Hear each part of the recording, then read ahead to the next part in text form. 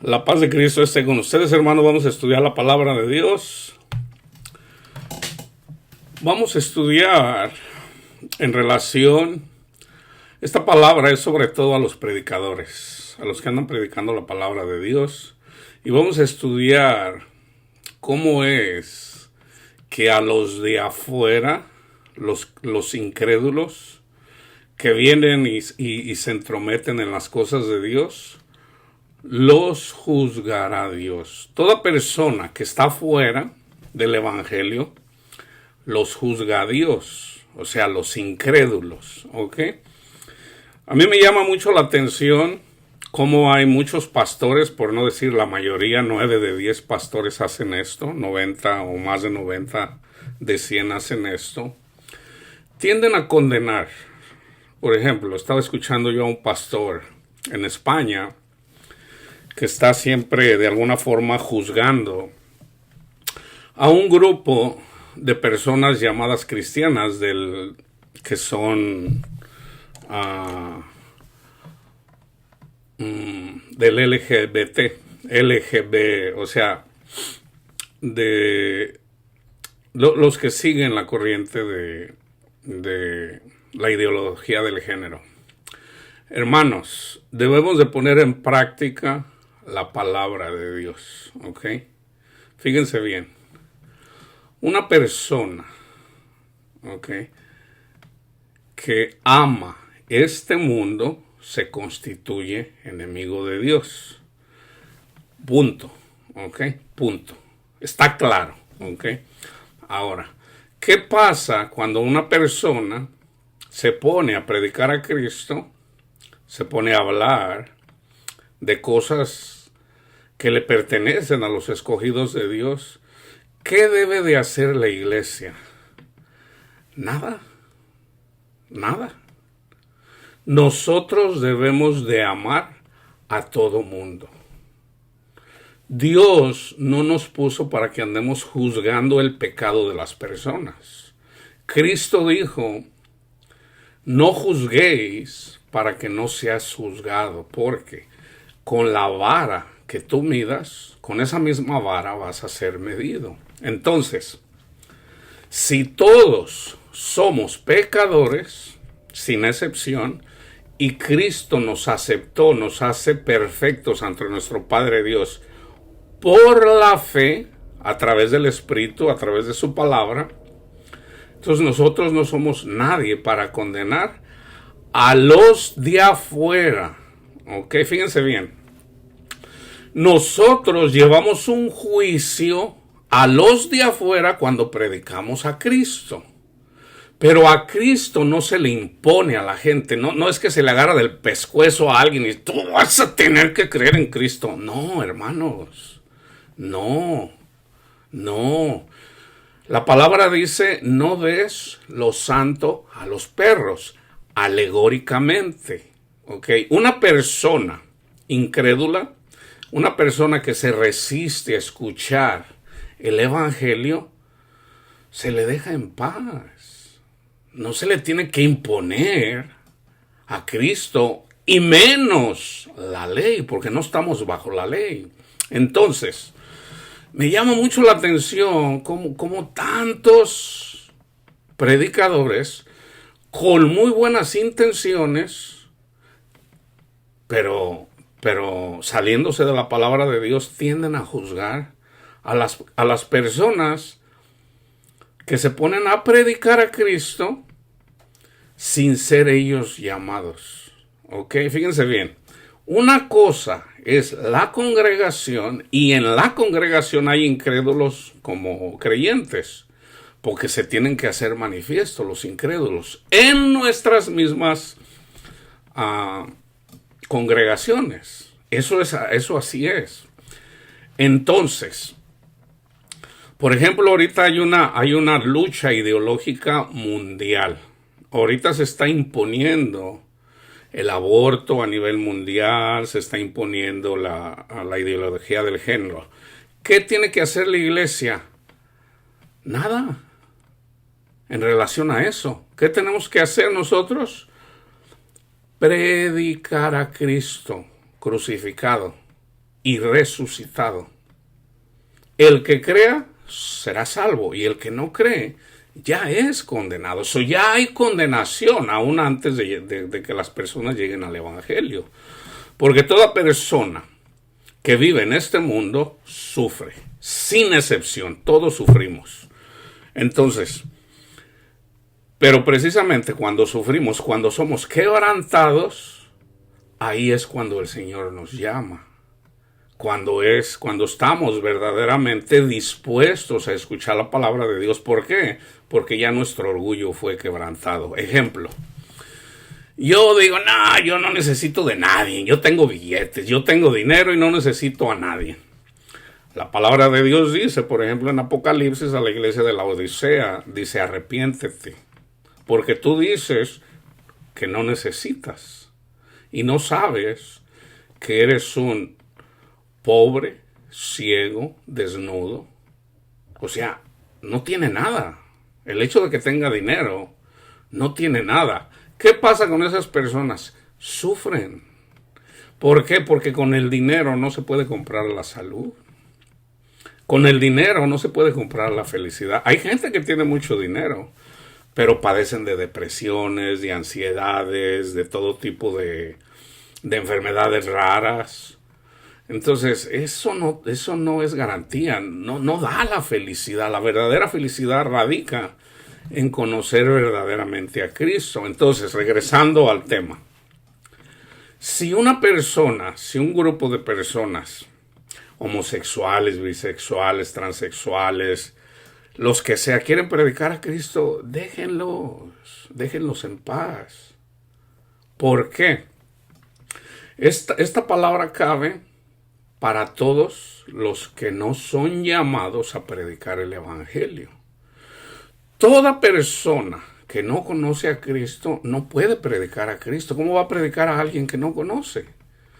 Entonces, en nuestras congregaciones, por ejemplo, si yo en mi congregación viene alguien y me quiere imponer en mi congregación, bueno, ahí ya es diferente. ¿Ok? Pero ¿qué pasa si una persona comienza su propia congregación y quieren hacer las cosas de acuerdo como ellos quieren? Déjenlos. No los condenen, al contrario, vamos a orar. Se trata, hermanos, de orar unos por otros. Si Dios nos da la gracia de Dios, si nosotros somos salvos por gracia, el hecho de que una persona desconozca que puede tener en realidad verdadera felicidad al conocer a Cristo, que es el verdadero tesoro, pues nosotros debemos de tender a la misericordia, no pelear con ellos. Entonces, a los peleoneros en nuestras congregaciones, dice la palabra de Dios que con mucho amor y con mucha paciencia, con la palabra de Dios hay que exhortarlos, así como está, si mal no recuerdo, en Proverbios 16:16. Con misericordia y verdad se corrige el pecado. En la iglesia, no en el mundo. En el mundo, fíjense bien lo que dice la palabra de Dios, ¿ok? Hebreos 13:4. Honroso sea en todos el matrimonio y el lecho sin mancilla, pero a los fornicarios y a los adúlteros los juzgará Dios. Los juzgará Dios, no nosotros. Nosotros, ¿cómo vamos a juzgar a un pecador cuando nosotros somos pecadores? Eso se daba desde el tiempo de Moisés hasta el tiempo de Juan el Bautista. Pero ya una vez que viene Juan el Bautista a preparar el camino de Cristo, ya no se predica la ley. ¿Por qué? Porque la ley apunta a Cristo. El primer mandamiento se cumple en Cristo. No tendrás dioses ajenos delante de mí. Y el Hijo de Dios viene y se presenta y él dice, no tendrás dioses ajenos delante de mí. Pero eso se nos da a través del Espíritu Santo. Cristo viene y le dice a una persona, más bien viene una persona y hinca una de sus rodillas y le dice, maestro bueno, ¿qué debo de hacer para heredar el reino? Y dice, ¿por qué me dices bueno? Dice, bueno, cumple la ley. Dice, yo la cumplo. Entonces dice que Cristo le amó. Cristo le amó y le dijo, te falta una sola cosa. Bien le pudo haber dicho, no tendrás dioses ajenos delante de mí, pero no le dijo eso. Le dijo, anda, vende todo lo que tienes y dalo a los pobres y luego ven y sígueme. Y él no quiso. Él prefirió al Dios del dinero, al Dios Mamón. Entonces, una persona que tiene un Dios antes que a Cristo no puede, Cristo mismo dijo, no puedes tener dos señores, porque cuando quieres seguir a uno vas a negar al otro. O sigues el dinero o sigues a Cristo. No puedes hacer las dos cosas. Entonces, la ley se cumple en Cristo Jesús. El cuarto mandamiento de guardar el sábado. Desde Moisés hasta Juan el Bautista se predicaba el sábado, que había que guardar el sábado. Pero una vez que viene Cristo, Cristo es más grande que el sábado. El sábado era un día de reposo para las personas, porque la gente se ponía a trabajar, a comprar y vender para sus necesidades. Pero dice el Señor, ok, no te dediques nada más a trabajar y poner a las personas que trabajan para ti, puro trabajar y trabajar para enriquecerte. No, dale su día de descanso. Dales un día de descanso y reúnanse, honren ese día. Pero eso apuntaba para la venida de Cristo. Entonces, cuando Cristo viene, Cristo no guardó el sábado. Le dijeron, oye, ¿por qué tus discípulos no guardan el sábado? Entonces dice, Cristo les habla con las mismas escrituras. Yo ya vayan y estudien. Yo hice 2 estudios en relación al sábado. Cristo dice, el Hijo del Hombre es más grande que el sábado. ¿Cómo Dios mandó a su Hijo para salvar al mundo? Y vienen personas y condenan a las personas precisamente con el sábado. ¿Quién es más grande? ¿El sábado o Cristo? Es obvio, hermanos. Ahora, ¿por qué la gente hace eso? En hablar de que si no vas a misa los domingos te vas a condenar. Es pura gente sin conocimiento de Dios. Son falsas doctrinas. Pero bueno, Dios le abre el entendimiento a aquellos que son humildes y escuchan con atención su palabra. Es necesaria la humildad. Entonces, cuando una persona no quiere escuchar, bueno, le vienen los problemas de la vida y le vienen los problemas que más temen. Si una persona le tiene miedo a quedarse sin dinero, bueno, por ahí viene. Si una persona le tiene miedo a la enfermedad, por ahí le viene. Si una persona tiene miedo a que sea atacado a través de sus hijos, por ahí viene. Vayan y estudien el libro de Job. Job dice que lo que más temía era de que Dios pudiera castigarlos. Entonces, eso se lo puso Satanás a Job, porque Dios le dio permiso a Satanás para atacar a Job. Y Job no sabía defenderse. Nosotros sí sabemos defendernos. Entonces, si Satanás viene contra nosotros poniéndonos miedos en nuestra mente, ¿cómo debemos contraatacar? Poniendo la confianza en Cristo. Dice Cristo, cuando sean perseguidos por causa de mí, gócense. ¿Quién es el que nos persigue? Pablo dice que nuestra lucha no es contra personas, sino contra demonios. Entonces, cuando los demonios vienen y nos ponen pensamientos de miedos, de fobias, de ansiedad, de depresión, ¿qué tenemos que hacer? Gracias te doy, Padre mío, Señor. Gracias por Cristo Jesús, porque soy perseguido por aquellos que me odian sin razón. ¿Por qué? Por yo seguirlos. Entonces tú te gozas, así como le dijo el Espíritu, le dijo el Señor. Pablo dice que tenía un aguijón, y el aguijón es el pecado. Y Pablo dice, Señor, quítame este aguijón. O sea, él no quería pecar. ¿Y qué le dijo el Señor? Bástate mi gracia.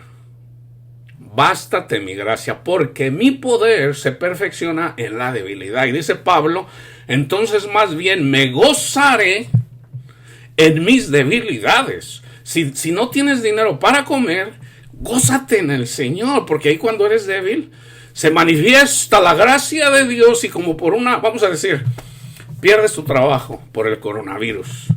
No tienes trabajo. Y por no tener trabajo no tienes dinero. Y por no tener dinero no puedes alimentar a tus hijos. ¿Qué debes de hacer? Gózate. Gózate. Gracias, Señor. Gracias, Padre Santo, Señor. ¿Por qué? Porque eres perseguido. Ahí donde eres débil, se manifiesta la gracia de Dios Y Dios no va a abandonar a aquellos en los que tienen su confianza en Él. ¿Y qué pasa? Vienen y tocan a tu puerta. Viene una persona pudiendo inclusive ser una persona incrédula del Señor y te trae un costal de comida y te dice: varón, aquí le traigo, no sé, simplemente me nació traerle un costal de comida para usted y su familia. Ah, y si puede, preséntese el lunes, porque le tengo un trabajo. No es la persona la que vino y está ayudando, no fue la buena suerte, es Dios cuidando de sus hijos. Dios se manifiesta en nuestras debilidades. Entonces, la mayoría de la iglesia siempre está: ¡ay, Señor, ayúdame, mira cómo estoy! Eso lo hicimos todos, pero por nuestra ignorancia. Entonces el Señor, que es misericordioso, tiene un grupo de personas, yo soy uno de ellos, a los que me dice el Señor: hijo, te voy a enseñar mi palabra porque quiero que la compartas con tus hermanos y tus hermanas. No te van a querer escuchar, la mayoría, pero algunos de ellos. Siempre ha sido así. Siempre han despreciado a mis discípulos. No te sientas mal. Gózate. Entonces yo vengo y yo predico la palabra de Dios, pero es el Espíritu Santo el que eventualmente te abre el entendimiento. Lo único que se necesita es escuchar con humildad a un siervo de Dios, porque cuando una persona me rechaza a mí, no me rechaza a mí, rechaza a Cristo, y el que rechaza a Cristo rechaza al Padre, y al que rechaza al Padre le va mal. Entonces, regresando al tema, a los adúlteros, para con Dios, los juzgará Dios, no nosotros. Fíjense bien. Primera de Corintios 11 al 13. Dice Pablo a los Corintios: más bien les escribí que no se junten con ninguno que, llamándose hermano, fuera fornicario, o avaro, o idólatra, o maldiciente, o borracho, o ladrón. Con el tal ni aun comáis. Porque, ¿qué razón tendría yo para juzgar a los que están afuera de la iglesia? ¿No juzgáis vosotros a los que están dentro? Entonces nosotros debemos de tener sabiduría para juzgar dentro de la iglesia, que es lo que le falta siempre a las personas. Por ejemplo, en la iglesia católica, ¿cuánto pedófilo no ha habido? ¿Verdad? Sacerdotes católicos que han abusado de niños. ¿Y qué hacen? En lugar de expulsarlos, pues eso es lo que hizo Pablo con una persona que andaba con la mujer de su padre, o sea, con su madrastra. ¿Qué hizo Pablo? Lo entregó a Satanás. ¿Por qué? Porque no estaba amando. Entonces él dice que hay que juzgar a los de adentro, o sea, dentro de la iglesia. Pero porque a los que están afuera, Dios juzgará. Entonces, si tú estás en una congregación y viene una persona dentro de la congregación y dice: no, aquí la palabra dice esto y el otro, pero es una persona que ama el mundo, bueno, dice Pablo: quitad pues a ese perverso de entre vosotros. Quitad. Se puede entregar a Satanás dentro de la iglesia. Los que están afuera, pues ya son de Satanás, hermanos. Ya son de Satanás. Entonces, ahora fíjense bien, eso está escrito en el Antiguo Testamento. Vamos a estudiarlo. ¿Okay? En el Antiguo, toda la ley, todo lo que está en el Antiguo Testamento apunta hacia Cristo. O sea, hacia lo que es el Nuevo Testamento o el Nuevo Pacto. Dios se manifiesta a través de Moisés, sacando de la esclavitud al pueblo de Egipto, así como se lo había profetizado a Abraham. Le dijo a Abraham, tú vas a tener, a toda esta tierra que tú ves, es para ti, para tu descendencia. Dice: Señor, ni siquiera tengo un hijo. Dice: bueno, tú vas a tener hijo. ¿Y qué hizo Abraham? ¡Yes! Voy a tener un hijo. Él creyó. Y por haber creído, le fue contado por justicia. Por haber creído, le fue contado. Él no se lo ganó, él no tuvo que andar haciendo obras. No, él simplemente creyó. Gracias, Señor, porque me vas a dar un hijo. Sara dudó. Pero Abraham creyó. Entonces le dijo, mira, toda esta tierra se la voy a dar a tus hijos, pero ellos van a ser iban a ser siervos de otras personas por 400 años. Y eso comenzó con la muerte del faraón, que hizo mano derecha a José, uno de los hijos de Jacob, que también es Israel. Ahí comienza la esclavitud. Cuando el faraón que le había dado el ser simplemente la persona más importante aparte del faraón, a José, él muere. Entonces ya el siguiente faraón dice, no, estos israelitas se están multiplicando mucho, no, eventualmente nos van a dominar, entonces hay que someterlos. Entonces ahí comienza el sometimiento, los hacen esclavos, y cuando está por cumplirse los 400 años, Dios llama a Moisés, que también es una figura de Cristo, y ustedes ya conocen la historia. Entonces Dios saca de la esclavitud, Dios salva, siendo eso un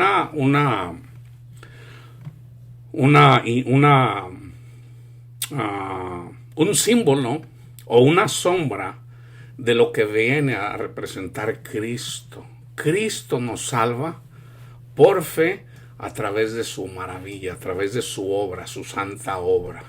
¿Y cuál fue su obra? Que Él siempre obedeció al Padre. Él murió siendo ofrecido como un cordero, así como apuntaba en la cena pascual, que comienza precisamente en la 10ª plaga. Eso está en Éxodo capítulo 12. Eso apunta al sacrificio de Cristo. Entonces ya una vez que Cristo es sacrificado por los pecados de toda la humanidad, comienza la predicación de las buenas nuevas, de que ya no hay que ganarse el reino de Dios. El reino de Dios es gratis. Lo único que hay que aceptar es, hay que abrir la mano y tomarlo. Así de simple, por fe. Entonces, ¿qué pasó? Que en ese periodo de tiempo fue precisamente a Moisés donde viene la sombra de lo que iba a venir a ser el verdadero templo de Dios, que era hacer el tabernáculo. El tabernáculo, dentro del tabernáculo estaba un lugar en donde estaba la mesa y estaba donde estaban los panes, la lámpara con el candelero, que todo eso es figurativo o símbolo de la iglesia, que eventualmente es la iglesia, pero detrás y había unas cortinas gruesas que separaban el lugar santísimo. El lugar santísimo es nuestro corazón.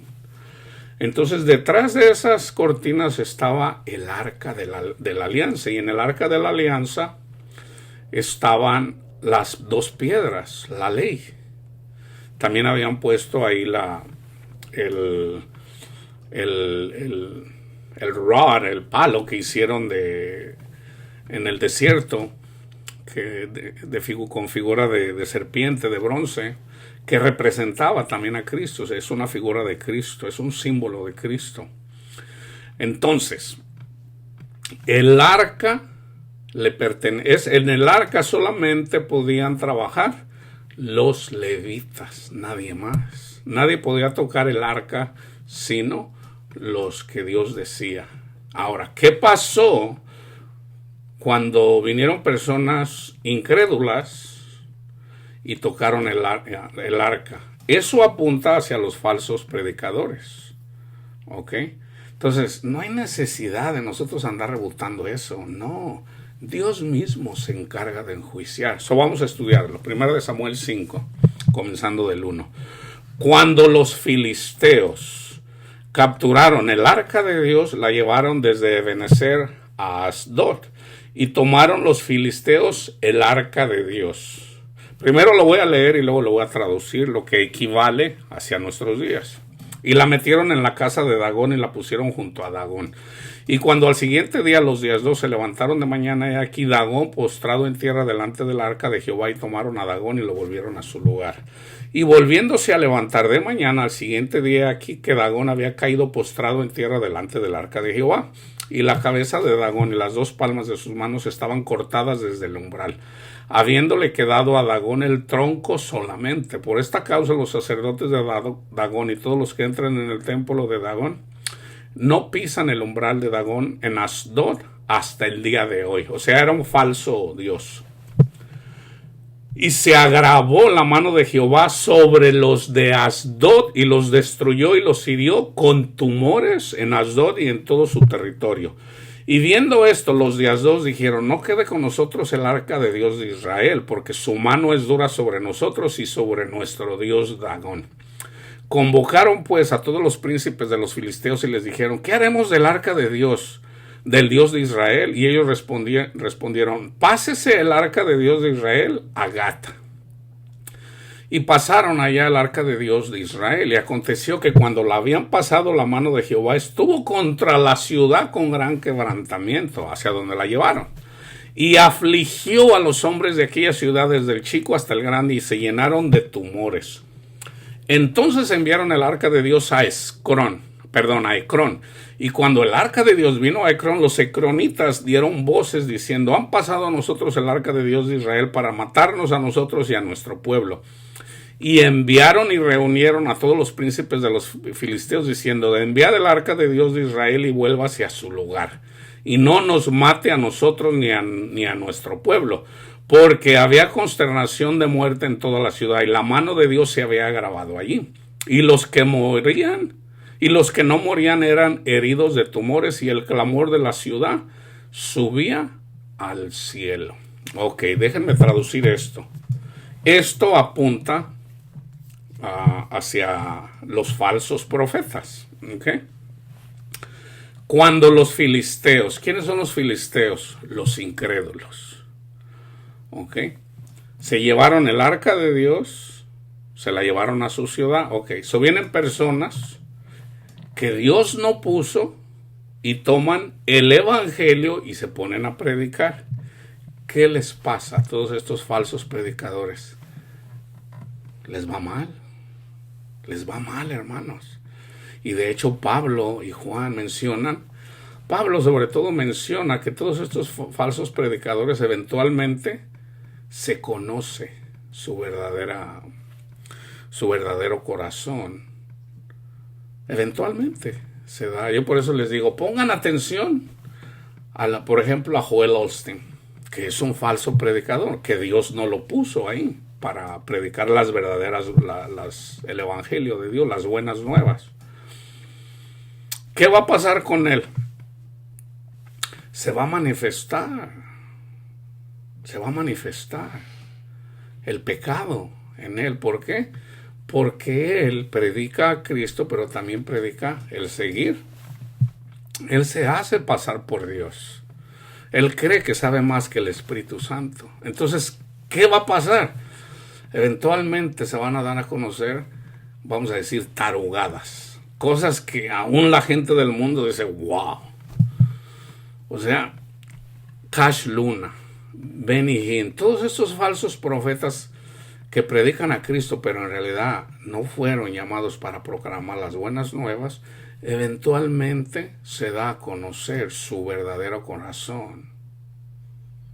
O sea, niegan a Cristo. Porque una persona que predica a Cristo no puede predicar el mundo. Porque una persona que ama el mundo se constituye enemigo de Dios. Entonces una persona que lleva el arca de Dios, o sea el evangelio, pero no es israelita, no es llamado por Dios, le va mal, así como está. Entonces fíjense, ¿qué les pasó a los filisteos? Les fue muy mal. ¿Y qué decidieron? No, mejor vamos a llevar el arca esta de regreso a los israelitas porque nos ha ido de la patada. Ellos mismos reconocieron eso. Entonces, ¿qué debemos de hacer con estos falsos profetas que andan predicando mentira porque son falsos testigos de Jehová? Déjenlos. Dios mismo se encarga de juzgar a los de afuera. Los de afuera son los incrédulos que no creen, y son todos estos precisamente los que predican la ley o predican el amor a este mundo, el amor al dinero. Sí te puedes divorciar y te puedes volver a casar. No, Cristo mismo dijo que en la palabra está escrita que Dios aborrece el divorcio. ¿Por qué? Porque el matrimonio habla del amor de Dios y de la fidelidad de Dios a su iglesia. Entonces, ¿cómo Dios va? Si se permitiera el divorcio, entonces quiere decir que Dios podía abandonarnos. Entonces eso ya no hablaría de fidelidad. Entonces ya Dios no fuera fiel para con nosotros. Entonces serían mentiras. Y Dios no es un mentiroso. Por eso Dios no puede amar a una persona. Nosotros andando en el mundo hacemos todo, todos tenemos cosas que, todos sin excepción tenemos cola que nos pisen, todos sin excepción. El que diga que no ha pecado, hace mentiroso a Dios, eso dice la palabra de Dios. Entonces todos somos pecadores, ¿ok? Reconociendo eso, aceptamos el regalo de Dios que es Cristo y su sacrificio en la cruz, precisamente redimiéndonos de nuestros pecados. Entonces Dios nos hace acepto por tener un corazón sincero, ¿okay? Y abierto para aceptar ese regalo de Dios que es Cristo. Tan simple como eso, hermanos. Entonces, a los de afuera los juzgará Dios. Entonces, no, pero es que todo el mundo quieren imponer el aborto. Ustedes sigan predicando a Cristo. Nuestra esperanza es Cristo, no que nos opongamos ahí a Joe Biden aquí en Estados Unidos o a los que andan queriendo imponer el aborto. No. Nuestra esperanza es Cristo. Entonces, ¿qué tenemos que hacer nosotros? Predicar a Cristo, no la ley, a Cristo. Y aquellos que vienen y quieren interpretar a su forma las escrituras, déjenlos, porque a ellos eventualmente Dios los juzgará.